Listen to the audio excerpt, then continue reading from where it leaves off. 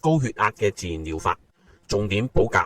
高血壓嘅自然解決之道，其實關鍵就喺呢個鉀嘅礦物質裏面。你知道嗎？98% 嘅人攝取鉀不足，每日嘅建議係4700毫克，但係大多數人都係攝取不足嘅。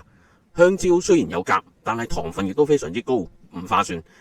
真正好嘅來源係大量嘅綠葉蔬菜，每日最少食7至8杯嘅生菜沙律，或者等量嘅花椰菜、牛油果、堅果同埋魚類。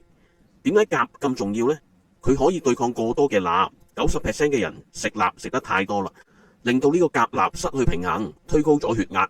鉀有3個好處：第一，幫助排出多餘嘅水分，好似天然嘅利尿劑；第二，等血管可以放鬆擴張；第三，防止血管硬化。